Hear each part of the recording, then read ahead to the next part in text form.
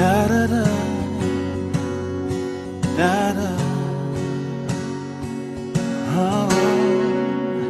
Si Dieu a mis un rêve dans ton cœur, écris-le, garde-le comme un trésor. Si vous êtes touché par la prédication, contactez-nous au numéro 099 77 73 260 à l'adresse Avenue des Abattoirs, numéro 27, commune de Likassi, quartier industriel.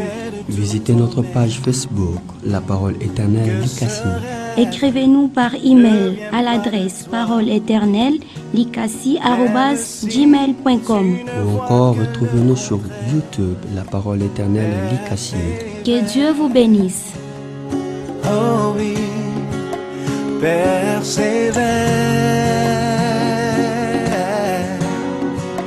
persévère,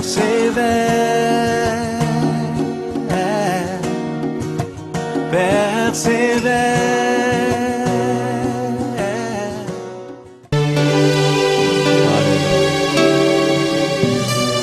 Nous te donnons toute la gloire, ô Dieu.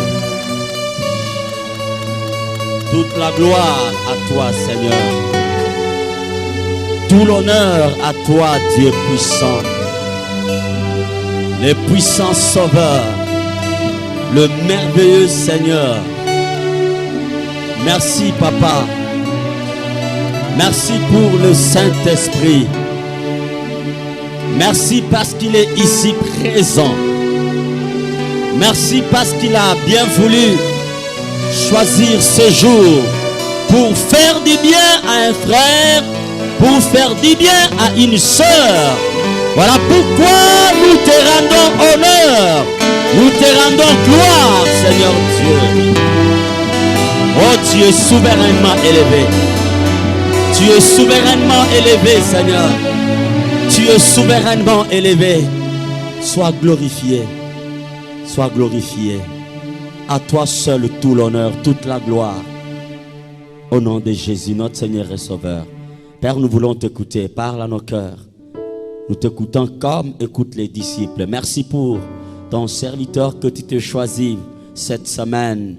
Cet instrument dans lequel tu veux te mixer ta parole, éternel Dieu, afin de nous montrer la voie à suivre pour que nous soyons dignes, éternel Dieu, de manifester ta présence dans ce monde. Au nom de Jésus. Amen. Amen. Nous acclamons le roi de gloire. Tunashangilia mfalme wa utukufu. Gloire soit rendue au Seigneur. Sifa mrudie Bwana. Nous sommes là encore cet après-midi Tukutana hapa jioni ya leo pour écouter la parole du Seigneur kusikia neno la Bwana par son serviteur qu'il s'est choisi cette semaine. kama mtumishi wake alichakulia hii juma. Nous l'avons présenté hier, c'est le pasteur Landry de Laborne Kolwezi. Tambulisha jana kama mchungaji Landry wa Laborne Kolwezi. Pendant qu'il se lève et avance, Wakati anainuka na nous anasonga acclamons mbele, le Seigneur. tunashangilia Nous Bwana. préparons nos stylos, Tunataisha nos makalamu ya carnets. wino, Hier, nous makaratasi. avons été richement bénis. Jana Je tubarikiwa sais kabisa. qu'aujourd'hui encore, Dieu va augmenter la dose. Hata vile tena Mungu ataongeza leo kipimo. Amen. Dis amen à cette parole. Amen. Le Seigneur va se glorifier. Amen. Prions encore. Seigneur Dieu, notre roi, nous te rendons grâce. Te bénissons et te levons. Toi, le maître du temps et des circonstances. Jusque-là, je ne sais pas quelles sont les paroles qui sortiront de ma bouche. Je peux y connaître quelques-unes, mais comment je veux les aligner? Toi seul, tu les connais. Les minutes qui suivent, oh Dieu, sont connues de toi. Qui sait, oh Dieu, si pendant que nous serions en train de parler, tu reviendras. Nous connaissons notre passé, mais nous ne le maîtrisons même pas très bien. C'est toi qui connais, oh Dieu, tout notre passé, tous les détails de notre passé. Tu connais, oh Dieu, ces moments présents. Tu connais le futur, oh Dieu, Seigneur, oh Dieu, avec exactitude. C'est pourquoi je veux dépendre de toi. Te laisser, oh Dieu, la latitude de faire des choses de manière à édifier ton peuple, à construire notre foi et à nous rattacher à toi. Seigneur, là où est ton esprit, c'est là qu'il y a la liberté.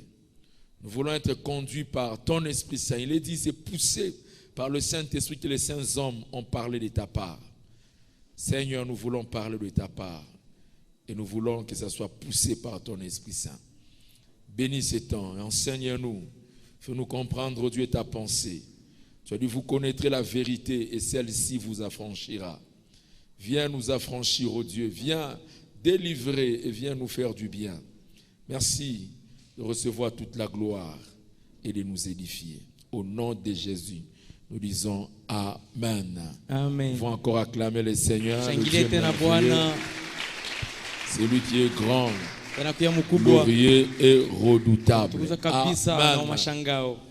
Que Dieu vous bénisse. Mungu amibariki.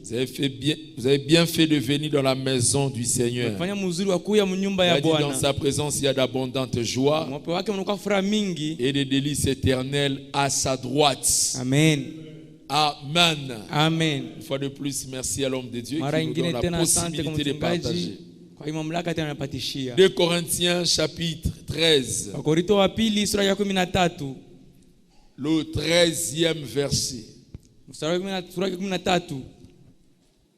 Que la grâce du Seigneur Jésus-Christ, Neema ya Bwana Yesu Kristo, l'amour de Dieu mapendo ya Mungu et la communion du Saint-Esprit na ushirikano wa Roho Mtakatifu soient avec vous tous. ikuwe pamoja na nini wote. Amen.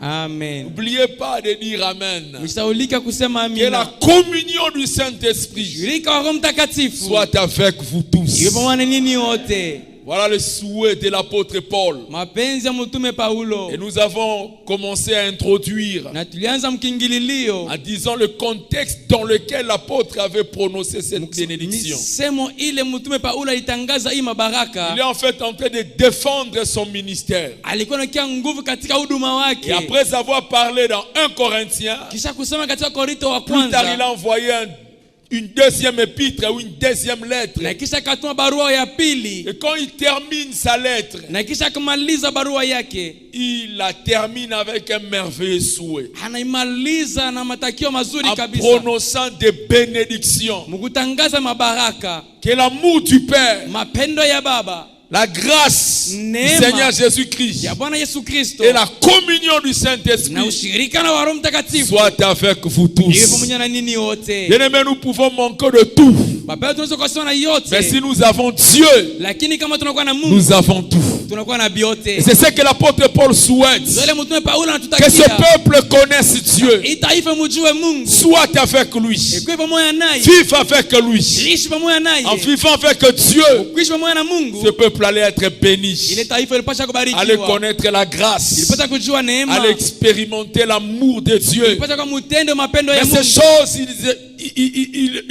ils en jouiraient très bien Na ile vitu waweza kufurahikiwa navyo kabisa. qu'en communiant avec le Saint-Esprit. Mkushirikana pamoja na Roho Bien-aimé, il n'y a que Mtakatifu. le diable qui peut souhaiter de mauvaises choses. Kupaka shetani ndio anataka vitu vibaya. Les enfants de Dieu et Dieu lui-même Watoto ya Mungu na Mungu n'ont mwenyewe. que de merveilleux souhaits. Wapo na matakio Des souhaits mazuri. de paix, Matakio ya de salama. bonté, Ya wema. de joie, Ya de furaha. bonheur, Ya de ureri. fidélité. Ya Et ukaminifu. je proclame ces souhaits pour le peuple de Dieu au nom de Jésus. Jina la Yesu Kristo. Prospérez à tous égards. Endelee mahali Soyez yote. bénis. Mubarikiwe. Soyez comblés dans la vie de Dieu. Kupita maisha ya Mungu. Déjà, il disait dans Jérémie 29, le 11e verset, Yeremia sura ya kumi na je tisa. connais les projets que j'ai formés pour vous. Najua matungo na ndimitungia. Projets de paix et non de malheur. Matungo ya salama pana Afin ya de vous ole. donner un avenir Tumpatia maisha ya et kesho. de l'espérance. Na tumaini. Voilà ce que Dieu souhaite. Ni ile Mungu anatutakia. Voilà les projets de Dieu. Ndio matengenezo Voilà ya ce qu'il Mungu. pense pour son peuple. Yeye anafikiria juu Et ya taifa tous lake. ses serviteurs Na watumishi wake wote doivent proclamer ces choses, wanapata kutangaza doivent bibifu. souhaiter de bonnes choses Wanapata kuleta matakio pour le peuple mazuri de Dieu. kwa taifa ya Mungu. 1 Jean chapitre 3, le premier verset dit Yohana ceci. kwanza sura ya 3 nasema hivi. L'ancien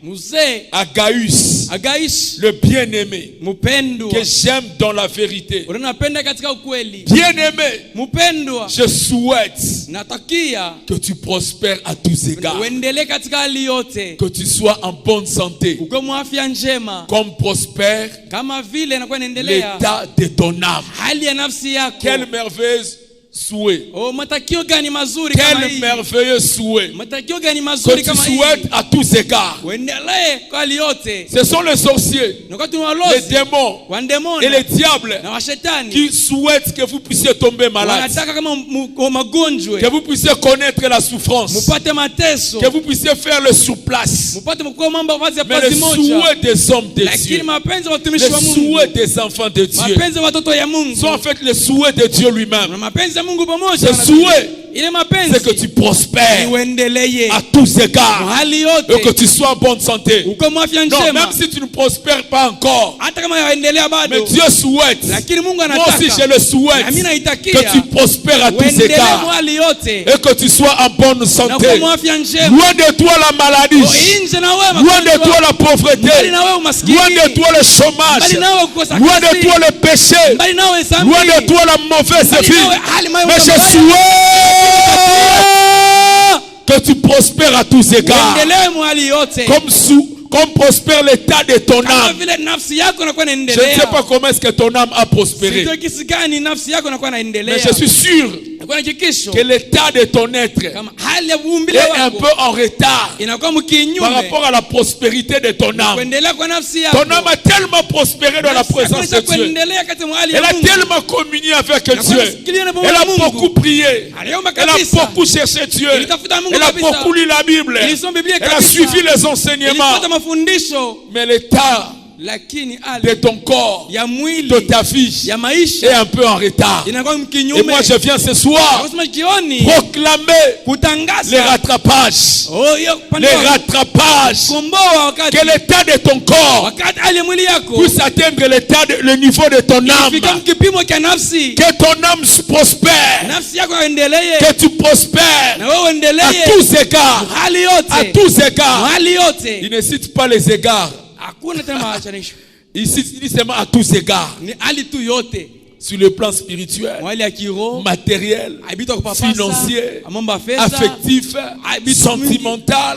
mania, Sur le plan matériel, hali tu ya à vitu, tous égards. hali yote, À tous égards. hali yote, Comme prospère l'état de ton âme. kama vile C'est hali ya pourquoi nafsi ce yako soir, inaendelea. crois la prospérité de ta Kule tu vie. jioni aminia kuendelea Dieu kwa veut maisha que tu yako. prospères à tous Mungu anapenda égards. uendelee. Que l'amour du Père, Mapendo ya Baba, la grâce de notre Seigneur Jésus-Christ neema Bwana wetu Yesu Kristo et la communion du na Saint-Esprit ushirikano wa Roho Mtakatifu soit avec vous. iwe pamoja na nini Soit wote. votre partage. Ilikuwa ugawanyo C'est un wenu, souhait, inakuwa ni matakio, c'est un désir inakuwa ni mapenzi et il est proclamé. na nitangaza. C'est toujours l'apôtre Paul qui dit, Ni mtume Paulo mwenyewe j'ai anasema, cru, niamini, c'est pourquoi j'ai parlé. nikule nilisema. Celui qui croit, Ule il unaamini doit parler. anapaswa Il kusema, doit le proclamer. anapaswa Il doit kutangaza, le confesser. anapaswa kukiri. Si tu ne proclames pas, Kama utangaze, c'est que tu ne crois pas. ni kusema uamini. Celui qui croit Ule anaamini doit proclamer. anapaswa Et kutangaza. ce ne sont pas des déclarations vaines. Na haina misemo ya Non, bure. nous proclamons la parole. Kunatangaza La neno. parole s'accomplira. Neno Ce ne itatimizika. sont pas les paroles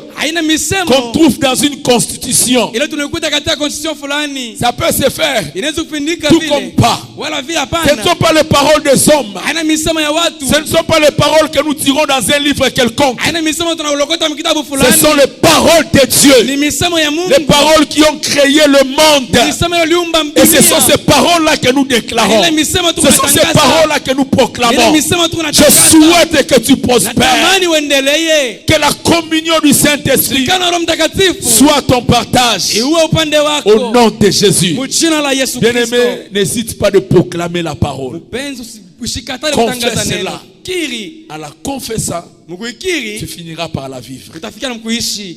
C'est le manque de foi Ni kosa kwa qui imani nous empêche de ne inatuzuiza pas proclamer la tushinde parole. kutangaza Mais neno.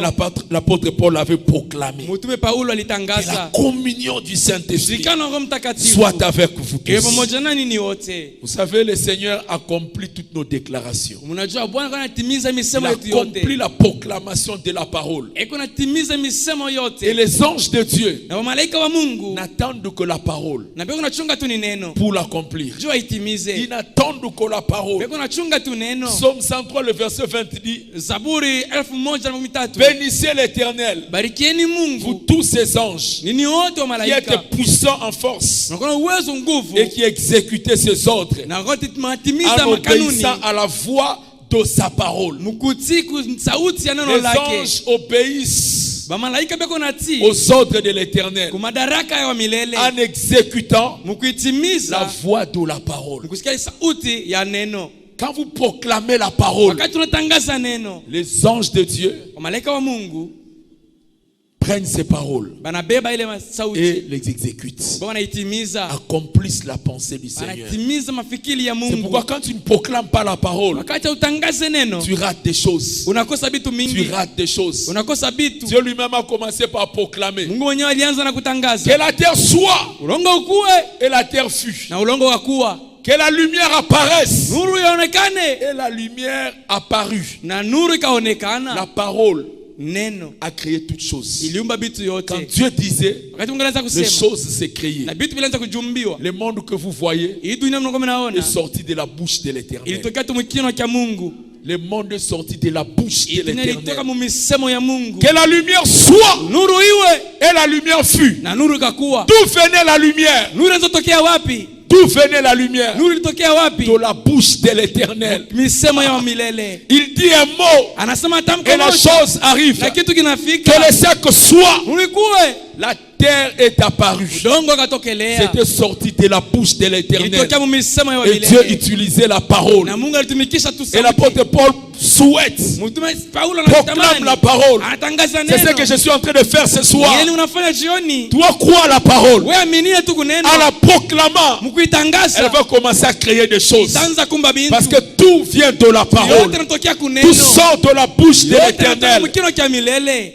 La terre n'existait pas. Udongo hakukuwako. La lumière n'existait Nuru pas. haikukuwako. Les arbres n'existaient pas. Miti haikukuwako. Les animaux n'existaient Wanyama pas. vile hawakuwako. Dieu a commencé à parler. Mungu alianza tu kusema. Donc tu peux manquer de tout. Unaweza kukosa vyote. La parole, Lakini la neno. parole que tu proclames Neno va unatangaza. commencer à créer des choses. Itaanza kumba Va bintu. commencer à créer des choses. Itaanza kumba bintu. Seulement il faut seulement croire. Mambo tu ni kuamini. Il faut croire. Ni kuamini. Ça marche par la foi. Na inapita kupitia Quand imani. Dieu le disait, Watu Mungu anasema. il savait que ça Alijua viendra à l'existence. kama itafika mkuishi. Toi aussi proclame simplement. Nawe tangaza tu Dis des bure. choses te concernant. Bitu na Et tu kulinganisha. le feras s'accomplir. Utaliona kutimizika. Parce que d'ailleurs Dieu veille derrière sa parole. Mungu hata neno lake Il veille derrière sa parole. anakuwa anaishi nyuma ya neno Pour lake. l'accomplir. Ndio Toi kuitimiza. proclame la parole. Tangaza neno. Et c'est comme ça que l'apôtre Paul a proclamé. Na ni vile mtume Paulo Il a alitangaza. proclamé l'amour du Père, Alitangaza mapendo ya Baba, la grâce de Jésus-Christ neema ya Bwana Yesu et la Kristo communion du na Saint-Esprit. ushirikano wa Roho Mtakatifu. C'est ce qui a été dit. Ni ile lisemezewa. Nous avons aussi défini le mot communion Na tulisema tena tulitatua ile tamko kama uhusiano en disant mkusema que ce mot vient du grec natokea kwa Greka koinonia. koinonia K ka O o I avec tréma, i N O N, avec accent O. circonflexe, N I A. C'est ça N, le mot I, grec. A. Koinonia. Parce que la Bible n'a Koinonia. pas été écrite en français ou en anglais. Biblia ikaandikiwa mkiingereza wala La mkifransa. partie de l'Ancien Testament a été Agano la écrite kale en hébreu. iliandikiwa mkiebrania. La partie du Nouveau Testament a été Agano écrite en jipya grec. iliandikiwa mkigreka. Et une partie aussi en araméen. Kwani katika aramea Alors tena quand il dit vile. la communion du Kama Saint-Esprit, tunakushirika kwa Roho Mtakatifu. le mot qu'avait utilisé l'apôtre Ile Paul, tamko mtume Paulo alitumikisha c'était le mot koinonia, ilikuwa ni koinonia kama tamko. qui veut dire Inatia kusema passer du temps ensemble, kuishi pamoja, partager des choses ensemble, kugawanya vitu pamoja, prendre part à quelque chose beba kipande ensemble, tena kwa mtu fulani pamoja, travailler ensemble, kutumika pamoja, collaborer, kusikilizana, s'associer. kupatana. Amen. Amen. Voilà ce qu'il voulait dire. Ni ile alitamani kusema tu Que la communion, kama kupatana, que le partage, kugawanya que la vie de Dieu, maisha ya Mungu, associez-vous au Saint-Esprit, muambatane kwa Roho Mtakatifu, collaborez avec lui, patane pamoja na Roho travaillez Mtakatifu, avec lui, mutumike na Roho passez du Mtakatifu, temps avec lui. kupitisha wakati naye, Soit votre na partage. ile ikuye upande wenu. Ne travaillez pas seul, Usitumike peke ne yako, vivez pas loin de Dieu, usiende mbali na Mungu, mais communiez avec lakini lui. ushirika pamoja naye. Alors le sous-thème que nous partageons ce soir, Kishina ndogo tunakawanya jioni c'est la pensée éternelle de la communion avec ni Dieu. mafikiri ya milele ya ushirikano pamoja na La Mungu. pensée éternelle de la communion avec Dieu. mafikiri ya milele ya ushirikano pamoja na Nous Mungu. voulons en fait voir l'origine de cette communion, Penda kuona chemchemu, utaenda kuona son chemchemu ya uhusiano développement na kutatua et kwake sa fin. na mwisho. Cette communion a commencé quelque part. Ile ushirikano ulianza fasi fulani. Dieu a commencé quelque part avec l'homme. Mungu alianza fasi fulani na mtu. Et nous exprimerons cela sous 3 points. Na ile tutaitatua katika vipande tatu. Sous 3 points. Le premier point, c'est Dieu est en communion avec lui-même. Tamko la kwanza ni Mungu anakuwa mhusiano pamoja naye mwenyewe. Amen. Amen. Dieu est en communion avec lui-même. Mungu anakuwa mhusiano naye mwenyewe. Parce que notre Dieu, c'est un Dieu de communion. Mungu wetu ni Mungu wa uhusiano. Quand il parle de la communion, Wakati anasema juu uhusiano, il commence d'abord à communier avec lui-même. anaanza kwanza kusikomia pamoja naye mwenyewe. Ça paraît absurde. Inakuwa mambo ya kushangaa ngoma nguvu vile. Ça paraît incompréhensible. Inakuwa mambo usipokuelewa. Comment un homme peut être en communion avec lui-même? Mtu anaweza kuwa mhusiano gani yeye Comment Dieu mwenyewe? peut être en communion avec lui-même? Kisi gani Mungu anakuwa mhusiano vile vile na yeye Et pourtant, c'est mwenyewe? la vérité. Na ni kwa ni ukweli Notre Dieu, vile. c'est un Dieu de Ni communion. Mungu wa uhusiano. Et tout ce qu'il nous demande, Na yote anatulomba. il commence par le faire lui-même. Eko anaanza kufanya kwanza yeye Tout ce mwenyewe. qu'il nous demande, Yote Dieu anatulomba. commence par le faire d'abord lui-même. Mungu anaanza kufanya yeye moya. Amen. Amen. Donc quand Dieu te demande de faire quelque chose, Mungu wakati anakulomba ufanye kitu tu fulani. vas trouver le modèle en lui. Na utakuta mfano mwake. Le modèle ne viendra pas d'ailleurs. Mfano haitatoka nje. Lui-même est le premier modèle. Yeye mwenyewe mfano la C'est kwanza. lui qui va te montrer comment faire les choses. Ni hata kuonyesha kisi gani kufanya Et vitu. quand il nous demande de communier avec Wakati lui, tulomba tushiriki pamoja naye. c'est qu'il nous demande de tirer le modèle en lui. Ni kusema tuwebe mfano ndani C'est pourquoi il mwake. disait à Moïse, Ni kusema na Musa. tu feras d'après le modèle qui te sera donné sur la montagne. Utafanya kisha ile mfano Tu ne utakupatisha vas pas te mlima. débrouiller. Hautahangaika wewe Moi-même, mwenyewe. je vais t'instruire. Mimi mwenyewe Moi-même, je vais nitakuongoza. te montrer Takuonesha comment tu dois faire des choses. kisi gani utafanya vitu. Amen. Amen. Retenons cela. Tukamateni ile. Quand Dieu nous demande de faire des choses, Wakati Mungu akitulomba tufanye vitu, nous trouvons le modèle en lui-même. tunakuta mfano ndani mwake peke C'est en yake. Dieu Ni ndani ya que nous Mungu. trouvons le modèle. Tunapata mfano. C'est pourquoi n'aie pas peur de toutes les promesses que Dieu t'a faites. Kuna boka malako yote Mungu alikufanzia. Même si tu ne sais pas comment est-ce qu'elles vont s'accomplir, Hata ujue kisi gani tatimizika. lui-même t'aidera. Yeye mwenyewe atakusaidia. Lui-même te prendra en charge. Atakubeba. Il ne te demandera pas de faire des choses Atakulomba ufanye vitu. que lui-même est incapable de faire pour toi. Ile mwenyewe atashinda kufanya juu yako. Il est très responsable, notre Dieu. Kabisa. Il commence par demander à l'homme, Anaanza kulomba il dit, mtu multipliez-vous, mududumishe. remplissez la terre. Jazeni Mais dunia. avant que l'homme ne puisse commencer à se multiplier, Kabla Mungu aanze kujumlisha, à remplir la terre, ajaze dunia, il avait déjà un modèle. alikuwa na mfano. Il lui montre le modèle. Anamuonesha mfano. Les animaux ont commencé par se multiplier. Wanyama wakaanza Il a vu kujumlisha. les animaux en train de se multiplier. Waliona wanyama Et kujumlisha. l'homme pouvait copier. Na kule mtu Vous pouvez alipata trouver les modèles. Apata kupata mfano. Genèse chapitre 1, Mwanzo sura ya kwanza, à partir du 20e verset. mstari wake wa 12. Dieu dit Mungu akasema, que les eaux produisent en abondance des animaux vivants kama watu kwa wajumlishe wanyama wazima et que des animaux volent sur la terre vers l'étendue du ciel. na wanyama watawale katika fasi yote ya dunia. Dieu créa les grands poissons et tous les animaux vivants qui se meuvent Mungu akaumba samaki mkubwa hata wanyama wote walikuwa ndani ya maji. et que les eaux produisirent en abondance selon leur espèce. Na wengine wajijumlishe ulinganisha na hali yabo. Il créa aussi tout oiseau ailé selon son espèce. Na kaumba hata vitu vingine kupatana na hali Dieu yavyo. vit que cela était bon. Mungu akaona kama ilikuwa mzuri. Dieu le bénit Mungu en akibariki disant, mkusema soyez féconds, multipliez et mujijumlishe, remplissez les eaux de mer jazeni maji yote mabari, et que les oiseaux multiplient sur la terre. na wandege nao pia wajijumlishe katika dunia. Verset 23, ici il y a un soir, Kwa jioni il y a un moja, matin, kwa mchana ce moja, fut le 4e jour. ikakuwa siku ya ine. Vous voyez, Oneni, les animaux ont commencé déjà à se multiplier. wanyama wakaanza Ils ont kujijumlisha, commencé par remplir la terre. wakaanza kujaza Et maintenant dunia. quand il crée l'homme, Wakati kaumba mtu, il lui dit, akamweleza multipliez. ujijumlishe. Quelqu'un a dit, il n'a pas dit multipliez-vous. Mmoja anasema shikusema mjijumlishe, Il a dit multipliez. akasema jumlisha, Multipliez. jumlisha, Remplissez la terre. jaza dunia. Ce n'était pas la première fois. Haikuwa mara ya Il y kwanza, avait déjà un modèle. kulikuwa mfano. Il voyait les animaux. Alianza kuona wanyama Comment ils se ile multipliaient. walianza kujijumlisha, Comment ils remplissaient la ile terre. walianza kujaza dunia. Donc tout ce que Dieu te demande de yote faire, Mungu anakulomba ufanye ne t'en fais pas. Il usihangaike. t'aidera pour les réaliser. Yuko pale juu ya Il te kutimiza. montrera le modèle. Atakuonesha hali na Il te mfano. conduira. Atakuongoza. Donc lui-même commence à se communier. Yeye mwenyewe anaanza kwanza Il communie kushirika. avec lui-même. Anaanza kushirika pamoja naye peke yake. Quand il te dit que la communion du Saint-Esprit, Yana Roho Mtakatifu. c'est que lui-même, Yeye mwenyewe il est un Dieu de communion. eko Mungu Il usiana. communie avec lui-même. Eko na komunika pamoja naye Nous allons mwenyewe. progressivement, nous comprendrons la pensée. Tunaendelea na pole pole tutakuwa tunaelewa mafikiri. Dans Genèse 1, le verset 26, Mwanzo sura ya kwanza mstari wa 12:6. quand Dieu crée l'homme, Wakati Mungu anaumba mtu, il lui dit, anamueleza. puis Dieu dit, Mungu akasema, faisons l'homme fanyeni mtu à notre image, kwa picha yetu, selon notre kwa ressemblance, kufanana kwetu, et qu'il domine sur le poisson de la mer, atawale ile samaki ya maji, sur les oiseaux du ciel, wa ndege za anga, sur le bétail, katika sur wanyama, toute la terre, katika udongo et wote sur mzima, tout le reptile na katika wanyama wote qui wa rampent sur la kutambala, terre. na wanatambala chini ya Dieu dunia. créa l'homme à son image. Mungu akaumba mtu kwa mfano Il le wake, créa à l'image de Dieu. akamuumba kwa mfano ya Il Mungu, créa l'homme et la femme. na akaumba mume na mke. Créons l'homme. Tumbeni mtu. C'est Dieu qui s'adresse. Ni Mungu anakuwa anabeba Il s'adresse à qui? Eko nasema na Il nani? s'adresse à lui-même. Eko najisemezea peke Dieu yake. a une communion avec lui-même. Mungu anakuwa na komunio yeye mwenyewe ndani C'est ça yake. déjà la pensée de la Trinité. Ndio kama fikiri ya Mungu mara tatu. Un seul Dieu Mungu mwenyewe qui tu se manifeste en trois. anajionekanisha vipande tatu. Il pouvait dire je crée, Hapo sasa mimi naumba. mais il dit créons l'homme. Anasema tumbeni mtu. Pas selon nos images, Hapana kama picha yetu. mais selon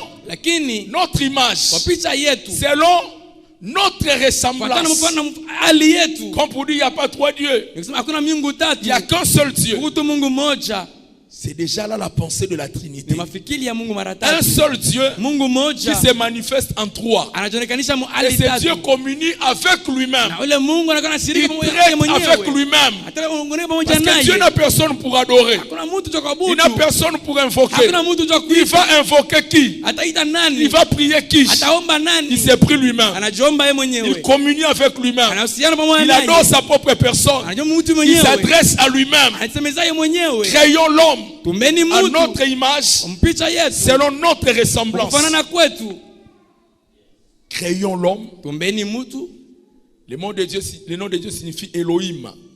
Tambo la Mungu anasema Elohim. Elohim. Elohim. Elohim, d'ailleurs, c'est le pluriel de El. Inakuwa ni wingi ya ile anasema ya Parce que El. le nom de Dieu, c'est El.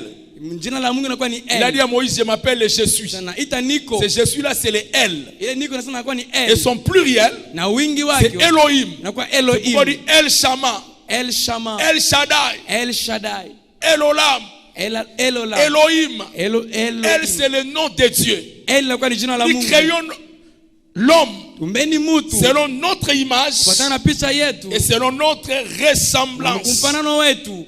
Quelle est cette image de Dieu? Ni picha gani ya Mungu ile? Quand il dit créons l'homme Kama anasema tumbeni selon mtu. notre image Kufanana kwa picha et yetu. selon notre Na ressemblance, mfanano wetu. nous avons quelle image de Dieu? Tunakuwa na picha gani ya Est-ce que Dieu a Mungu? une tête comme moi? Mungu anakuwa na kichwa sawa Il a des mimi. bras comme moi? Anakuwa hali kama Non, mimi. Dieu est esprit. Mungu ako Nous roho. le verrons plus tard quand Jésus l'avait Tunakuwa dit. mbele wakati Yesu Dieu alisema. est esprit. Mungu anakuya roho. Quand il dit créons l'homme Wakati tumbeni à mtu. notre image, Picha yetu. selon notre Na ressemblance, mfanano wetu. c'est selon son esprit. Kupatana na roho C'est yake. pourquoi la communion avec lui Ni kule ushirikiano pamoja se fait naye. en esprit. Iko napitika mkiroho. Ce n'est pas dans le physique, Haina mwali ya kuonekana. mais c'est en esprit. Lakini ndani ya C'est comme kiroho. ça que nous communions avec Ni Dieu. kwa tunashirikiana pamoja Nous naye. communions avec lui sur le plan Pamoja naye mu spirituel. hali ya kiroho. Et cette pensée de la Trinité, Haina mafikiri ya Mungu mara quand tatu. l'apôtre Paul se présente, Wakati Paulo il anajitambulisha. la prononce. Anaitangaza Que le Dieu, Mungu. que l'amour du Père, Mapendo ya voyons Baba. Dieu le Père, Kama Mungu la Baba. grâce du Seigneur Jésus-Christ Neema Bwana Yesu Kristo. et la communion du Saint-Esprit Ushirikiano na Roho Mtakatifu. soit avec vous tous. Iwe pamoja na nini yote. Amen. Amen. Soit avec vous tous. Iwe na nini yote. Donc il parle de ces trois personnes en Dieu. Yeko nasema kwa wale Il Mungu conclut mara par tatu. cette Trinité. Beko na shirikiana wale mama Et ali toutes les bénédictions de baraka Dieu, yote ya Mungu nous les avons en lui. tunaipata ndani Et mwake. la seule personne de la Trinité ou de la divinité qui s'est manifestée, Mungu alianza kuonekana c'est Jésus-Christ. ni Yesu Le Kristo. Saint-Esprit Roho Mtakatifu n'a jamais pris la chair humaine. ayabebaka mwili ya Dieu mtu. le Père lui-même Mungu Baba mwenyewe n'a jamais pris la chair humaine. asivalaka mwili ya L'unique mtu. personne de la Trinité qui est descendue, Mmoja tu ile Mungu mara tatu alishuka c'est ni Jésus-Christ. Yesu Kristo. Amen. Amen. C'est pourquoi c'est faux et archi faux Na nikule kwa ya bongo kabisa de dire ya kusema que le Saint-Esprit vous est apparu sous forme d'un ange. kama Roho Mtakatifu limetokelea kama hali Il y a des faux ya malaika. enseignements comme ça. Ya kwa mafundisho ya bongo vile. Quelqu'un passait à la télé et dit le Saint-Esprit m'est apparu Roho Mtakatifu sous linitokelea forme d'un ange. mwile hali ya Il a malaika. pris la forme humaine. Ilibeba hali ya kimutu. L'unique personne de la Trinité ou de la divinité Mmoja tu hali ya kimungu. qui a pris la chair humaine, c'est Jésus-Christ. Mwili ya mtu ni Yesu Kristo. Amen. Amen. Le Saint-Esprit ne s'incarne pas physiquement. Roho Mtakatifu ingiake hivi C'est un mumutu. esprit. Ni roho. Dieu le Père ne s'incarne pas. Baba singi yake Mais ndani ya c'est mtu. Jésus-Christ Ni Yesu qui est Kristo. venu nous révéler Dieu. Alikuwa kutufunulia Depuis Mungu. l'Ancien Testament, Tokea Agano la Kale. c'est lui qu'on appelait l'ange de l'Éternel. Yeye anaanza kuita malaika wa C'est milele. l'ange devant qui les hommes se prosternent Wale malaika mbele yake watu wanaanza et kuinama. adorer. Na walianza Il est kuabudu. différent de tous les autres anges. Anaachana malaika bote. Tous les autres anges refusent Malaika bote wanakatala l'adoration. mabudu. Ils ne veulent pas qu'on se prosterne devant eux. Abapende bainame mbele yabo. Mais l'ange de l'Éternel Lakini malaika wa a milele accepté l'adoration. alitika mabudu. Les gens l'ont adoré, Watu wale mabudu ont sacrifié pour lui. balitoa juu yake. C'est en fait Jésus-Christ, Na kwa Yesu sa Kristo. manifestation Na kuonesha kwake dans l'Ancien Testament. Agano la Kale. Et il est parti nous a laissé son Saint-Esprit, Na alienda alitoa Roho Mtakatifu. son autre lui-même. Yeye mwenyewe tena Je m'en mwingine. vais, Minaenda mais je resterai avec vous. lakini tabakia pamoja na nini? Le consolateur Oh, que le mfariji. Père enverra à mon nom Le Baba tutumie mjina langu. vous rappellera toutes choses, Atamikumbusha maneno vous yote. enseignera. Donc nous Atamifundisha. communions avec Dieu Shirika pamoja na Mungu par le kupitia Saint-Esprit. Roho Mtakatifu. C'est par le Ni Saint-Esprit kupitia Roho Mtakatifu que nous communions kwa avec Dieu. tunashirika pamoja na Mungu. Rappelez-vous de ce que nous avons dit hier. Kumbukeni vile tulisema jana. C'est Eliezer Kwa ni Eliezer qui amène Rebecca analeta Rebeka vers Isaac. kwa Isaka. C'est Eliezer, Ni le Eliezer type du Saint-Esprit, Ule hali ya Roho Mtakatifu qui nous conduit dans la maison du Père, anatupeleka katika nyumba qui ya nous Baba. apporte les cadeaux, les bénédictions du Anatuletea ciel. mazawadi mabaraka ya Bwana. Bref, le Mfupi, Dieu de la Bible Mungu wa Biblia est essentiellement eko un Dieu relationnel. Mungu wa Le uhusiano. Dieu de la Bible Mungu wa Biblia est essentiellement un Dieu relationnel, eko Mungu wa un uhusiano. Dieu de communion, Mungu wa kushirika pamoja. un Dieu d'intimité. Mungu wa kugawanya Voilà pamoja. comment est-ce qu'il se présente. Vile anajitambulisha. C'est Dieu qui est en communion avec lui-même. Ule Mungu anakuwa msikiano pamoja na yeye Et mwenyewe. cette communion avec lui Na ile uhusiano pamoja naye commence avec sa propre personne. ikunaanza na mtu wake Si nous voulons mwenyewe. communier avec le Saint-Esprit, Kama tunapenda kugawanya Roho nous Mtakatifu, devons comprendre la personne de Dieu. tunapata kwanza kuelewa Dans mmoja sa ya Mungu. Trinité. Mungu wake mara Et ce tatu. Dieu nous est présenté dans Genèse 1:1. Na ule Mungu tutamsha katika Où il mwanzo est dit, mwanzo wa au kwanza. commencement Dieu. Na mwanzo Au Mungu. commencement Dieu créa. Kwa mwanzo Mungu Mais akaumba. avant le commencement, Na kabla ya mwanzo qu'est-ce qu'il y avait? kulikuwa nini? Avant ce commencement, Kabla ile mwanzo. au commencement Dieu créa. Kwa mwanzo Mungu Mais akaumba. avant qu'il ne crée, Kabla avant umbe. ce commencement, Kabla ile mwanzo. qu'est-ce qu'il y avait? Nini ilikuwa kako? C'était Dieu. Ilikuwa ni Mungu. Dieu avec lui-même. Mungu na yeye mwenyewe. Dieu Mungu qui remplissait l'univers. yanaanza kujaa ya ulimwengu Maintenant, pour mzima. expliquer aux humains, Mungu anaanza pour kutambulisha. expliquer aux hommes Jafasilia kwa watu. comment les choses se Jinsi sont gani déroulées, vitu vilipitikana. il dit au commencement, Dieu créa. Kwa mwanzo Mungu Mais avant akaumba. ce commencement, Kabla ile mwanzo il y avait déjà une éternité. ulikuwa tena milele Dieu moja. était dans une éternité en Mungu alikuwa lui-même. milele yeye Il mwenyewe. existait par lui-même. Alikuwa anaishi kupitia yeye Avant le temps, mwenyewe. Dieu existait. Kabla wewe Mungu alikuwa C'est anaishi. pourquoi avant toute chose, Kabla mbele vitu il yote. faut la communion. Tafadhali kwa Il uhusiano. faut la communion. Tafadhali kwa uhusiano. Au commencement, Dieu. Mwanzo Mungu. Quand tu commences la journée, il faut d'abord que ça soit Dieu. Kama unaanza siku anza Au commencement, ce n'est pas le téléphone. Mwanzo haina simu. Même quand on a les yeux fermés, Watu wana macho ya on kufunga. se réfère, on a une main qui a des yeux. Unakuwa na mkono On inakuwa na peut macho. taper partout et on peut Inaanza repérer les kupapasa fasi téléphones. yote na beba simu. C'est comme ça que les hommes commencent leur journée. Ndio vile watu wanaanza mchana Donc yao. commençons la journée avec Dieu. Tuanze mchana pamoja Au na Mungu. commencement,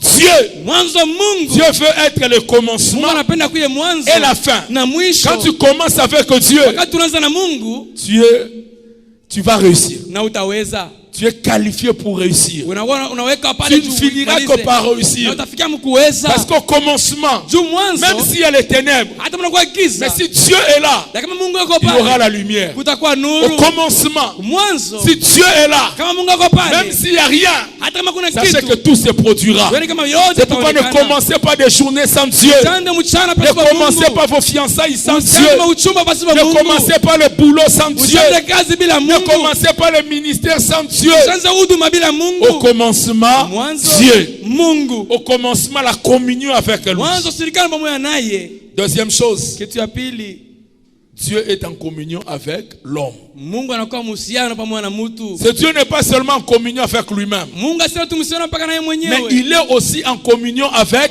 l'homme. Eko tena mhusiano pamoja na mtu. Nous avons dit il est un être relationnel. Eko kiumbe kile cha Dieu aime la uhusiano. communion. Mungu anapenda Mais kusikilika cette pamoja. communion ne s'arrête pas avec lui-même. Haibakile peke yake yeye mwenyewe. Il descend. Eko Il nashuka. communie avec l'homme. Eko napatana tena na mtu. Pourquoi Dieu avait-il créé l'homme? Jua nini Mungu aliumbaka mtu? Pourquoi l'homme a été créé? Jua nini mtu Nous avons aliumbiwa? lu. Tulisoma. Créons l'homme Tumbeni mtu selon notre image wana picha et yetu selon notre na ressemblance. mfano na mfano Qui wetu. domine la terre. Atawale Qu'il dunia. assujettisse. Atawale. Qu'il contrôle. Aongoze. Non seulement qu'il fasse toutes ces choses, Hapana tufanye vitu yote. mais aussi qu'il puisse communier avec Na Dieu. afike muhusiano pamoja na Donc Mungu. Dieu nous a créés comme étant des gestionnaires de Mungu ce alituumba monde. kama vile mtu akuongoza hii dunia. Et nous a créés aussi pour être en communion avec lui. Na alitumba tena tuko muhusiano pamoja naye. Voilà la raison d'être de notre existence. Ndio sababu ya kuishi C'est pour kwetu. communier avec Dieu. Ndio kushirikana pamoja C'est naye. pour traiter avec Dieu. Ndio kuzungumza C'est naye. pour parler avec Ndio Dieu. kusema naye. Et cette communion avec Dieu Na ile mapatano pamoja na Mungu garantit l'homme de toutes choses. inakuwa inaonyesha inakuwa Lui inakinga mtu assure mambo yote. un bien-être Inaonyesha vitu hali mzuri. émotionnel, Vitu mzuri. affectif. Vitu kugusa. Lui assure ce bien-être là, cet épanouissement. L'homme est rempli et comblé quand il vit en communion avec Dieu. Et l'homme qui était en communion avec Dieu était capable de tout. Était capable de tout. Il a placé l'homme dans le jardin et il a dit à l'homme de donner le nom à tous les animaux, à tout ce qui existe. Est-ce que vous savez que c'est l'homme qui a donné au lion le nom de lion? Vous savez cela. C'est l'homme qui a nommé tout ce qui existe. Quelle intelligence, quel pouvoir, quelle puissance. Tout simplement parce que l'homme était en communion avec Dieu. Et l'homme a perdu toutes ses qualités quand il avait perdu la communion. Le diable est allé mentir alors. Il dit si tu manges au fruit de cet arbre, tu seras comme Dieu.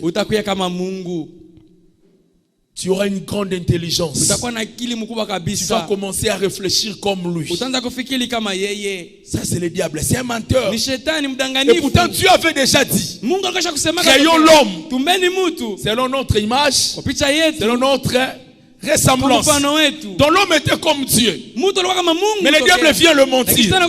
Il lui dit, si tu manges, tu seras comme Dieu. C'est pourquoi, bien aimé, aimez la parole et connaissez-la. L'ennemi ne vous trompera pas. Ils étaient comme des dieux. Ils étaient créés à l'image et à la ressemblance de Dieu. Mais voilà parce qu'ils n'ont pas obéi à la parole. Ils ont péché. Et l'homme avait perdu désormais cette communion avec Dieu. C'est ce qui a engendré le péché, les maladies, la souffrance et tous les maux que nous connaissons dans ce monde sont les conséquences du péché. Amen. Amen. Si l'homme n'avait pas péché, il resterait en communion avec Dieu. Il vivrait le bonheur. Il vivrait l'éternité. Il serait en contact avec Dieu. Tout serait merveilleux. C'est pourquoi quand tu rentres dans la communion avec Dieu, c'est que tu es en train de restaurer des choses. Tu es en train de restaurer des choses. Et en voulant ce temps, en voulant cette communion, vous êtes en train de vouloir de bonnes choses. La restauration restauration, le rétablissement, la guérison, la puissance, l'intelligence, la vie de Dieu. Nous recevons toutes ces choses dans une très bonne communion avec Dieu. Comment se manifester cette communion? Genèse 3 verset 8 dit ceci. Dieu visitait l'homme chaque soir. Chaque soir, il venait visiter l'homme. Et cette fois-là, quand il a visité, au verset 8, il dit, Adam, où es-tu? Adam, je te cherche dans ma communion. Adam, je te cherche dans ma présence. Adam dit, j'ai entendu ta voix. J'ai eu peur. Et je me suis caché. Parce que je suis nu. Il a fui la communion. Et jusqu'aujourd'hui, Dieu cherche les hommes dans sa présence. Il cherche les hommes dans sa communion. Adam, où es-tu? Mathieu, où es-tu? Brigitte, où es-tu? Je suis occupé par les affaires. Je suis pris par mon travail. Je suis pris par les études. Je suis pris par beaucoup de choses. Et je n'ai pas du temps pour toi. Bien-aimé, Dieu nous cherche dans sa présence. Il veut communier avec nous. Dieu veut passer du temps avec l'homme. Dieu veut passer du temps avec nous. Et parce qu'il aime tellement la communion, il a commencé à chercher l'homme. Et puis il a envoyé ses prophètes. Il a envoyé Noé, qui devait construire cette arche pour communier avec son peuple. Ceux qui devaient obéir. Il a envoyé des prophètes. Il a envoyé Abraham. Il a envoyé des sacrificateurs. Il a envoyé plusieurs de ses serviteurs pour restaurer la communion avec l'homme. Et tous ces hommes avaient échoué. Personne n'avait su rétablir la communion parfaite avec Dieu. Hébreux chapitre 1, le premier verset. Il dit autrefois, à plusieurs reprises, de bien des manières, après avoir parlé à nos pères par des prophètes, Dieu, dans ces temps qui sont les derniers, il nous parle par le Fils qu'il a établi héritier de toutes choses. Amen. Il nous parle par le Fils. C'est-à-dire c'est le Fils qui a reçu à rétablir la communion avec le Père. Autrefois avec Moïse, c'était par le tabernacle. Ces coffres qui représentaient la présence de Dieu. Le peuple pouvait entrer en contact avec Dieu. Et vous voyez ce que faisait le tabernacle dans le camp du peuple de Dieu. Dans le milieu de Juifs, le tabernacle apportait des guérisons, des bénédictions, des faveurs. Mais le même tabernacle, qui était l'image de la présence de Dieu, quand il se retrouvait dans le camp des ennemis, c'était des maladies, des hémorroïdes, des troubles et des confusions. Quand nous sommes dans une très bonne communion avec Dieu, cette communion pour nous, elle est une bénédiction. Mais pour tous ceux-là qui nous combattent, elle peut faire des dégâts. Elle peut faire des dégâts. C'est pourquoi je vous exhorte, bien-aimés, désirez la communion. Désirez la communion. Et tout cela que Dieu a envoyé depuis l'Ancien Testament, c'était toujours pour restaurer cette communion. Et eux-mêmes ne comprenaient pas leur mission. Ils ne saisissaient pas très bien le langage de Dieu. C'est pourquoi 1 Pierre 1, verset 10 à 12 nous parle de leurs soucis. Il dit les prophètes qui ont prophétisé touchant la grâce ont fait de ce salut qui vous a été annoncé l'objet de leurs recherches et de leurs investigations. Ils voulaient sonder les époques, les temps qui était marqué par l'Esprit de Dieu qui habitait en eux et qui a testé ces choses. Même les anges de la Bible dit ils voulaient plonger leur regard pour comprendre comment est-ce que nous entrerons en communion avec Dieu. Comment est-ce que nous allions commencer à traiter avec Dieu. La Bible dit il leur a été fait voir ili aonekane. Que ce n'est pas seulement pour eux Haina paka juu que yabo. ces choses ont été dites, Ile vitu mais bilisemezewa. aussi pour nous Na kwetu sisi qui sommes tena. parvenus Tunakuwa tu. à la fin de ces temps. Wakati ya mwisho. Amen. Amen. À la fin de ces temps. Mwisho ya wakati. Et Galates chapitre 4, Galatia sura ya 4. le 4e verset dit ceci. Sura ya 4 nasema hivi. Lorsque les temps ont été accomplis, Wakati litimizika. Dieu a envoyé son fils, Mungu akatuma mwana wake. né d'une femme, Mwenye kuzaliwa kupitia né mwanamke. sous la loi. Mwenye kuzaliwa chini ya Et sheria. c'est Jésus-Christ. Na ni Yesu Kristo. Amen. Amen. Et quand il vient, Wakati anakuya. l'ange avait dit à Marie, Malaika alisema na l'enfant Maria. qui naîtra, Ule mwana dans atazaliwa. Matthieu 1er chapitre, au 23e Mathayo wa verset, kwanza mstari 12. tu l'appelleras Emmanuel, Utamuita Emanueli. c'est-à-dire Dieu avec les hommes. Nikisema Mungu pamoja na Tu watu. l'appelleras Emmanuel, Utamuita Emanueli. Dieu avec les hommes. Mungu pamoja na Donc watu. nous entrons en communion avec Dieu Tunaingia mhusiano pamoja na Mungu par Jésus-Christ. kupitia Yesu Kristo. Celui qui n'est pas en Christ Wala tena Mkristo ne peut pas communier avec asiwezi Dieu, kushirika pamoja na ne Mungu. peut pas communier avec le Asiwezi Saint-Esprit. kuhusiana pamoja na Mungu. Il faut être né de nouveau. Fadhali kwanza kuzaliwa mara ya Il pili. faut donner sa vie à Jésus Peleka maisha yako kwa pour Yesu. commencer à communier. Tuanze Si kushirika. tu n'es pas chrétien, Kama na si Mkristo. tu n'es pas né de nouveau, Kama uzaliwa mara ya tu ne pili. connais pas la communion. Haujue Tu ne peux uhusiano. pas communier avec Dieu. Hautashirika Tu pamoja na peux Mungu. venir à l'église, Unaweza kwa tu kanisa. peux faire des choses, Unafanya vitu. mais la véritable communion, Lakini uhusiano la kweli tu ne la connais pas. hauijui. Notez bien, Mwandike vizuri. cette communion perdue en Adam, Uhusiano mwenye kupata kupitia Adama. nous la retrouvons en Christ. Tunaipata kupitia Yesu La Kristo. communion perdue en Adam, Ile uhusiano tulipoteza nous kupitia la Adama. retrouvons en Christ. Tunaipata ndani ya Yesu Kristo. Romains chapitre 3 verset 23. Waroma sura ya 3 Car mstari tous wa 23. ont péché Wote walitenda dhambi. et sont privés de la gloire de Dieu. Wanakosa utukufu wa Ils sont Mungu. privés de la communion Wanakosa avec ile Dieu. uhusiano pamoja Ils na sont Mungu. privés de la présence de Dieu. Wanakosa wapo Ils wa ne Mungu. peuvent pas traiter avec Dieu. Hawezi kuzungumza na Mungu. Verset 24. Mstari 12 na Mais ils 4. sont gratuitement justifiés Lakini wanapatia tu uamuzi wa kweli. par le moyen de la rédemption Kupitia hali ya ukombozi. qui est en Ile inakuwa Jésus-Christ. ndani ya Yesu C'est Kristo. Jésus-Christ maintenant qui vient Yesu Kristo anakuja sasa. rétablir la communion. Anataka kurudisha tena ile uhusiano. Commencer à communier avec Dieu. Kwa hiyo tena uhusiano pamoja na Jouir Mungu. des faveurs de Dieu. Kupata ile mabahati ya kupita Comme kwa Adam Mungu. dans le jardin d'Éden. Kama vile Adamu bustani la Il Edeni. faut être en Christ. Tafadhali kwa Mkristo. Il faut être en Christ. Tafadhali kujikuta ndani ya Kristo. Amen. Amen. Ça, c'est le fondement doctrinal. Ile inakuwa ni C'est msingi ya le dini. fondement biblique. Ni msingi ya Biblia. Si tu es en Christ, Kama uko ndani ya tu Kristo, peux communier avec le utasirika Saint-Esprit. pamoja na Mungu. Si tu n'es pas en Christ, Kama ndani ya Yesu il n'y a Kristo, pas de communion. hakuna uhusiano. Il n'y a que d'agitation. Mungu paka tu kuhangaika. Tu peux t'agiter. Unaweza On kuhangaika. peut te faire boire l'eau, Banaweza kunisha maji, l'huile, mafuta. te faire rouler par terre. Banaweza kubundulumisha na Mais si tu chini. n'as pas encore donné ta vie à Kama Christ, analeta maisha kwa Kristo, tu n'es pas en communion avec Dieu. hauna uhusiano Tu pamoja na es dans Mungu. le péché, Uko tu mzambi. mourras et passeras ton éternité loin de Dieu. Utakufa, utapita Mais la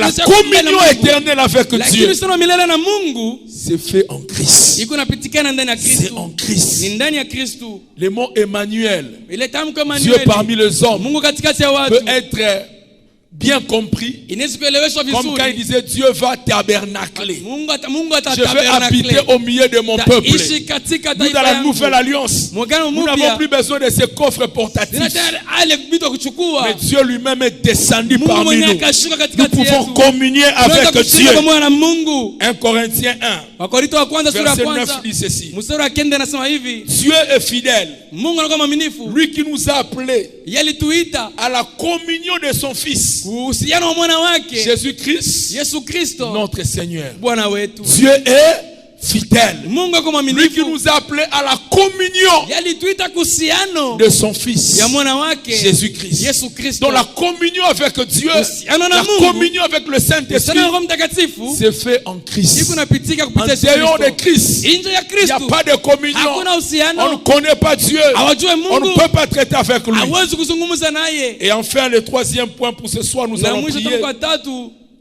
sur la pratique de cette communion. inakuwa ni kwa mtendo ule uhusiano. La pratique de cette communion, c'est en rapport avec la pratique de cette communion. Kwa nikanisha kwa ile Roho Mtakatifu. Et cette communion se fait par le Saint-Esprit Iko nikanisha kupitia Roho Mtakatifu ou en esprit wala ndani ya kiroho avec un mot-clé. wala na tamko kama fungu. Demeurer. Kuishi.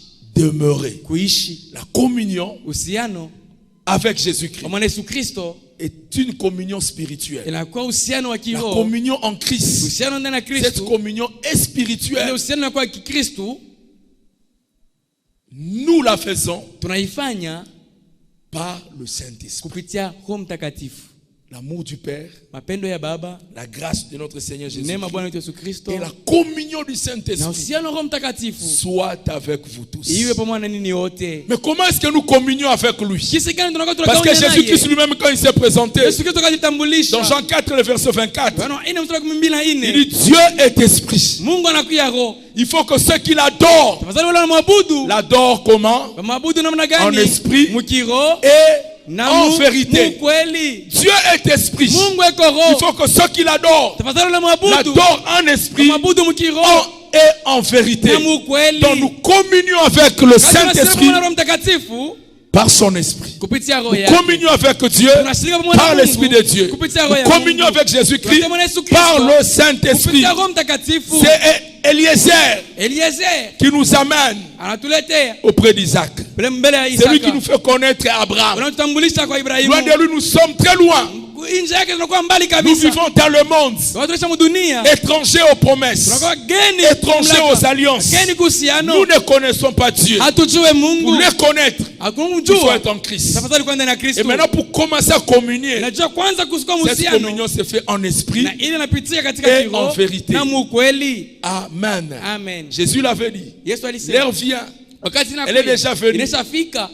Ça ne sera ni sur cette montagne, Haitakuwa pa hii mulima. ni à Jérusalem. Wala ku Parce qu'à Yerusalema. l'époque, pour entrer en contact avec Dieu, Wakati kunga muhusiano na il Mungu. fallait aller jusque dans le temple de Jérusalem. Ilipata kwanza kwenda mu hekalu ya L'unique Yerusalema. peuple qui avait reçu la révélation de Dieu, Watu walipokea ufunuo c'était wa le Mungu. peuple juif. Ilikuwa ni taifa Et en Yuda. dehors de ce peuple, Nje ile taifa. toutes les autres nations Oh, mataifa yote étaient dans l'idolâtrie. ilikuwa katika kuabudu kwa Servaient des sanamu. divinités païennes. Watu Mungu yapo mwanzo wa Et le zambi. lieu où ils devaient rencontrer Dieu, Wakati walipompata Mungu, c'était à Jérusalem. ilipata Yerusalema. Mais les choses évoluant. Bitu Parce que ce kendelea. n'était que l'ombre. Julikuwa tu ni Mungu. Tu as permis que les temples soient détruits. Mungu alisema kama hekalu De ipasuke. sorte que même quand on fait des efforts, Wengine wanafanya nguvu même tena. quand les hommes se déplacent pour aller en Israël, Hata watu wakaenda kule kwa Israeli. non, ce n'est plus là-bas, il faut aller rencontrer Dieu. Haina tena kule kwenda kumpata Mais on Mungu. le rencontre, Tunampata on Mungu. communie avec lui Wakati tunakuwa na shirika en pamoja naye, esprit mukiro et en vérité. na mukweli. C'est-à-dire sans amener des animaux, Bila kutoa wanyama. des boucs et des chevreaux. Wapumba wa On peut mbuzi déjà na ng'ombe. spirituellement entrer en contact avec Dieu. Kiroho za kuingia msemo On mwana peut Mungu. traiter avec lui. Unaweza kuwa pamoja naye On peut kupatana. parler avec Dieu. Unaweza kusema pamoja na Il peut Mungu. nous entendre. Wanaweza Il kutusikia. peut nous répondre. Wanaweza Il kujibu. peut parler avec nous. Wanaweza kusema pamoja Parce qu'il nasi. habite dans nos cœurs. Kuna ishi ndani ya moyo wetu. Amen. Amen. Nos corps sont devenus le temple de Mwili Dieu. yetu inakuwa hekalu ya Mungu. En esprit. Nous Mkiroho. communions avec lui. Tunashirika pamoja naye. Mais comment? Gisi gani? Quand nous nous mettons à prier. Wakati tunaingia katika maombi. Quand nous l'adorons. Wakati tunamwabudu. Quand nous venons à l'église. Wakati tunakuwa Quand kukanisa. nous chantons. Wakati tunaimba. Dans un esprit de prière. Hali ya maombi. Quand nous méditons la parole. Wakati tunafikiri neno. Dans un esprit de prière. Hali ya kiroho. Quand nous pensons à Dieu. Wakati tunafikiri kwa Quand nous Mungu. faisons toutes choses. Wakati wa vitu yote. En restant attaché au Kubakia Seigneur, mlikombatana kwa Bwana. pensant à lui. Mkufikiria C'est ce kwake. que la Bible dit dans 1 Thessaloniciens 5, Neno nasema verset katika 17. Wathesalonike wa kwanza. Priez sans cesse. Ombeni bila Restez kuchoka. en communion avec Bakieni Dieu. mhusiano pamoja na Même Mungu. quand tu conduis, Hata unakuwa unaongoza. n'enlève pas la pensée de Dieu. Usitoshe Tu mafikiri peux communier avec lui. Unaweza kusema Au pamoja bureau, naye. tu peux communier avec Ofisi Dieu. unaweza kuzungumza naye. En travaillant, tu peux communier avec Kutumika Dieu. unaweza kuzungumza À naye. l'école, tu peux communier avec Majifunzo Dieu. unaweza kuzungumza naye. Il ne faut pas seulement venir en ce lieu. Nadhani kwa hapa nafasi hapa Dans tu ce hapana. temple. Hata mwenye hekalu Ce hapana. n'est ni à Jérusalem, Ana ni Yerusalema. sur cette montagne, Wala pa ile mlima. mais c'est en esprit Lakini mkiroho et en vérité. na mkweli. C'est comme ça que nous communions avec Ndivyo Dieu. tunakuwa Et mhusiano quand nous na entrons dans Mungu. cette communion, Watu wanaingia mle c'est uhusiano. là que nous recevons des bénédictions. Quand nous restons en contact avec Tunabakia Dieu. mhusiano pamoja na Mais Mungu. beaucoup de gens Watu wengi oublient Dieu. wanasaulika Ils ne Mungu. pensent à lui que quand ils viennent à l'église. Anza kuwaza Mungu wakati wako tu kanisa. Non, Dieu ne veut pas qu'il en soit ainsi. Mungu asipende kwa vile. Il est un Dieu de communion. Eko Mungu C'est un uhusiano. Dieu relationnel. Anapenda Il Mungu veut kwa traiter avec mapatano. l'homme. Anapenda kuzungumza na mtu. N'oublions pas Dieu Tusaulike Mungu. pendant toute la semaine. Katika wiki mzima. Et revenir seulement le dimanche et penser à lui. Juma kwanza Non, kufikia non, kwake. partout et en tout lieu. Nous pouvons communier avec Dieu. Nous pouvons traiter avec lui. Tunazungumza naye. Par son Esprit Saint, Kupitia roho il yake. traite avec nous. Inazungumza pamoja nasi. N'oubliez pas que le mot-clé, Msije kama tamko la kweli c'est demeurer. ni kuishi. Rester avec moi. Bakia pamoja naye. Partager avec moi. Gawanya pamoja naye. Jean chapitre 15. Yohana sura ya 15. Jean 15, Yohana sura ya 1 à 8. 15. mstari wa kwanza tufike mstari wa Jésus dit kenda. ceci. Yesu anasema hivi. Je suis le vrai cep et mon père est le vigneron. Kwa mtu akona Tout baba sarment qui est à moi et qui ne porte pas de fruits, il le retranche. Et tout sarment qui porte du fruit, il les monte, afin qu'il porte encore plus de fruits. Déjà, vous êtes purs à cause de la parole que je vous ai annoncée. Demeurez en moi et je demeurerai en vous. Comme le sarment ne peut de lui-même porter du fruit s'il ne demeure attaché au cep. Ainsi, vous ne le pouvez pas non plus si vous ne demeurez pas en moi. Je suis le cep, vous êtes le sarment. Celui qui demeure en moi et en qui je demeure porte beaucoup de fruits, car sans moi, vous ne pouvez rien faire. Si quelqu'un ne demeure pas en moi, il est jeté dehors, comme le sarment, et il sèche.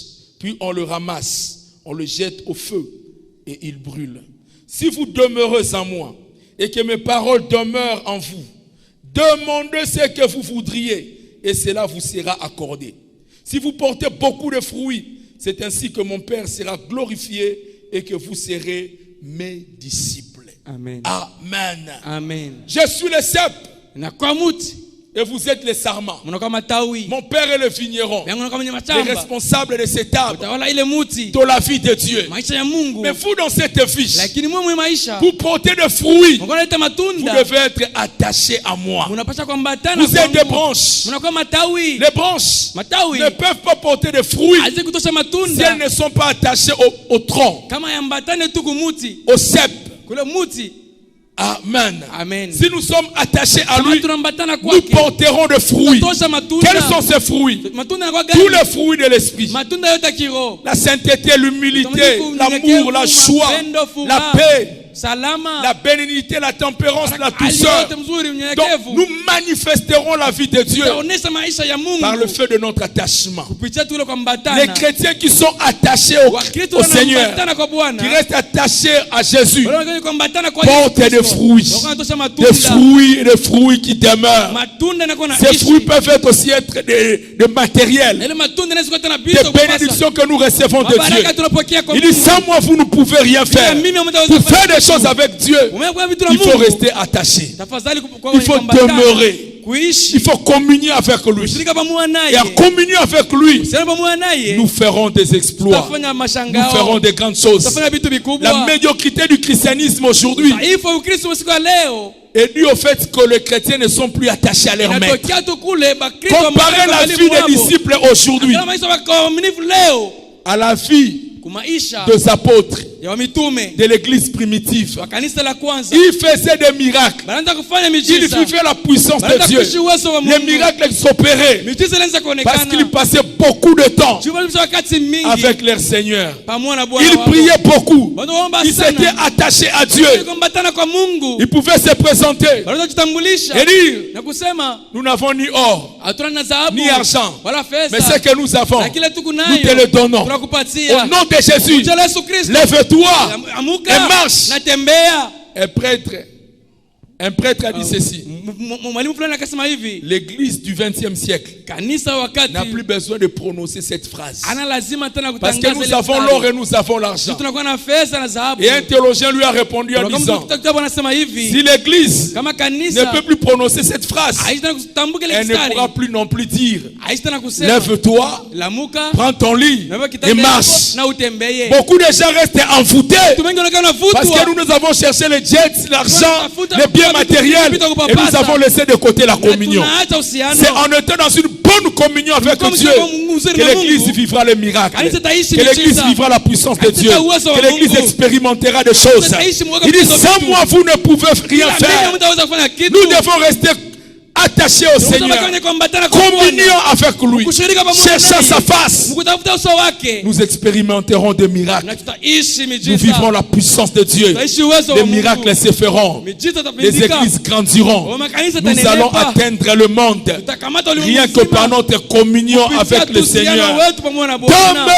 Demeurez. Oh, tuishi, Restez dans ma présence. Tubakie muwapo. Mais nous ne voulons pas cela. Hatupende ile. La vie de l'église aujourd'hui Maisha kanisa ya leo. ressemble ressemble à cette image inafanana na hii picha. que nous retrouvons dans Genèse 29, Mwanzo sura ya 12 14 à 30. mstari wa Et c'est par là 14 que je veux conclure. nikuleta malizia. Jacob se présente auprès de Laban. Yakobo akatambulisha Cet mbele ya homme Labani. riche. Ule mtu Et il mtajiri veut avoir Rachel. anapenda kupata Il Rakeli. aime tellement Rachel. Anampenda kabisa Il dit, Rakeli. je te servirai pendant 7 ans Atakutumikia miaka 7 pour avoir Rachel. cha kupata Rakeli. Rachel, son nom signifie brebis. Kile kinasema kama kondoo. Elle est l'image de tout ce que nous aimons, Anakuwa pesa ile tunapendaka. de ce que nous apprécions, Leo tunataka tunapatia de bei. dons spirituels, Mazawadi ya de la kiroho. puissance de Dieu, Uwezo wa de Mungu. miracles, du Miujiza. mariage, Ndoa. de véhicules, Magari. de voyages, Masafari. de l'excellence, Kuendelea. du bonheur. Wema. Laban, Laban. quand il voit Rachel, Wakati una il dit, Rakeli. elle ou rien, Anasema hakuna tu.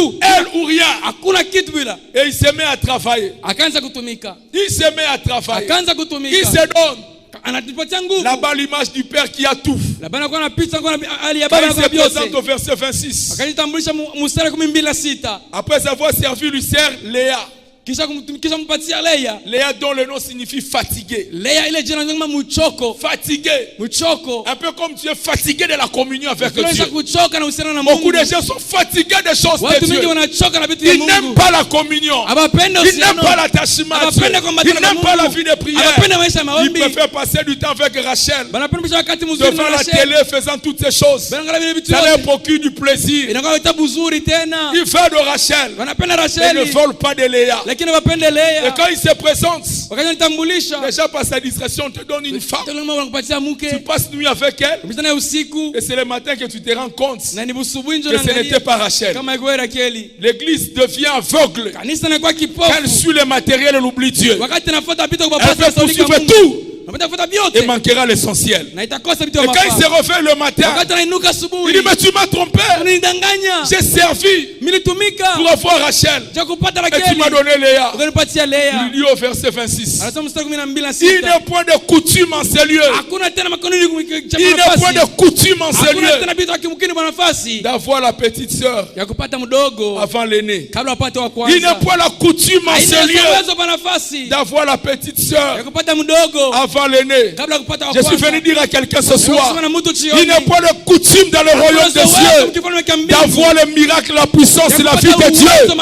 avant d'avoir eu kabla ya la kupata communion avec lui. uhusiano pamoja Ça naye. commence avec Léa. Inaanza mwenye Léa que tu n'aimes pas. Leia la Il faut supendaki. que tu puisses d'abord épouser Léa. Kwanza wa Et Leia. quand tu auras épousé Léa, Wakati wa et Leia. ensuite on te donnera Rachel. Kisha utapata C'est quand tu Rakeli. communieras avec Dieu Uhusiano pamoja na que les Mungu. choses que tu cherches Ile vitu te unatafuta, sera donné. vitakupatishia. Bien aimé, tout ce que tu désires Yote unatamani. se trouve auprès de là-bas. Oh, inakuwa mbele Le ya Père a Labani. tout ce que tu désires. Unatamani. Dieu ne manque de rien. Mungu asikosa Il a kitu. tout. Eko na Mais il vyote. veut que tu puisses Lakini d'abord anapenda kwanza. épouser Léa. Oh, kwanza Leia. Aimer la communion avec lui. Kwa uhusiano pamoja Passer du naye. temps avec lui. Oh, mchakato Au mmoja verset naye. 19, Mstari 18. Laban dit à Jacob, Labani anasema na Yakobo. reste chez moi. Bakia kwangu. Demeure chez moi. Bakia kwangu. Demeure chez moi. Ishi kwangu. Tu es en train de chercher un homme dans sa présence. Il te veut dans ta présence. Quand tu resteras dans sa présence, quand tu aimeras Dieu, quand tu te donneras à lui, Patana kwake. si tu as Léa, Kama nakuwa na tu Leia. auras Rachel. Utapata Si Rakeli. tu as la vie de Dieu,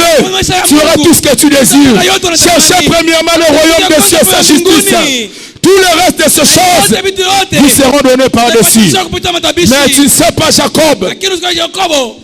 c'est Léa que tu refuses. Ni Yakobo ni C'est lui qui te donnera Ruben. Unatakuletea vitu vizuri. C'est lui qui te donnera Lévi. Unatapatia Lawi. Et dans Lévi, il y aura les sacrificateurs. Koko ani. Il y aura tous les grands. Unataka mkubwa. Dans cette même Léa, Mwila Leia il y aura même Judas. Mutakuwa na Yuda. Et dans Judas sera né David. Et dans David sera né Jésus. Oh, mtaka Yesu. Sera né le Messie. Mutakuwa Le Messie. Mesia. Descend de Léa. Anatokea Soit kulea. que tu veux Rachel, Unapenda Rakeli. tu rates Messie. Oh, unakosa Si tu ne Mesia. veux pas de Jésus, tu rates les bénédictions. Tu rates les faveurs. Alors désire Léa. Ani kwanza Leia. Désire la communion. Rachel viendra. C'est que tu auras eu Léa. Kwa la Leia. On te donnera Rachel, c'est que tu auras bien communié, que Dieu te guérira, que Dieu te restaurera, que Dieu te fera évoluer, que Dieu te fera avancer. Alors arrête de chercher Rachel. Arrête de chercher Rachel. Tu as cherché les choses de ce monde. Il est temps que tu cherches la communion. Et que tu communieras. Les autres choses te suivront. Est-ce que nous pouvons nous lever et désirer Léa ce soir? Cette communion avec Dieu. Les choses que tu méprises. Dans ces choses, c'est caché des bénédictions. C'est caché la vie de Dieu. Oh, je suis venu dire à quelqu'un, toi qui as déjà ton Léa, toi qui as bonne communion avec Dieu, Rachel est en route. Rachel est en route. Elle sera pour toi. Tu jouiras de Rachel. Non, tu aimes Rachel. Tu désires Rachel. Là-bas aussi te dit, je ne te la refuse pas. Reste chez moi. Je ne te la refuse pas. Reste chez moi. Mais change de priorité. Change de priorité. Quand tu vas prendre, c'est Léa. Tu auras la suite. Tu ne sais pas ce que cette communion va avec Dieu. Il est question de communion. Personne n'ira épouser Rachel pour toi. C'est toi-même. Da da da, da da. Oh. Si Dieu a mis un rêve dans ton cœur, écris-le, garde-le comme un trésor. Si vous êtes touché par la prédication, contactez-nous au numéro 099 77 73 260 à l'adresse Avenue des Abattoirs, numéro 27, commune de Likassi, quartier industriel. Visitez notre page Facebook, La Parole Éternelle Likassi. Écrivez-nous par email à l'adresse paroleéternelle@gmail.com. Ou encore retrouvez-nous sur YouTube, La Parole Éternelle Likassi. Que Dieu vous bénisse. Oh oui, persévère, persévère, persévère.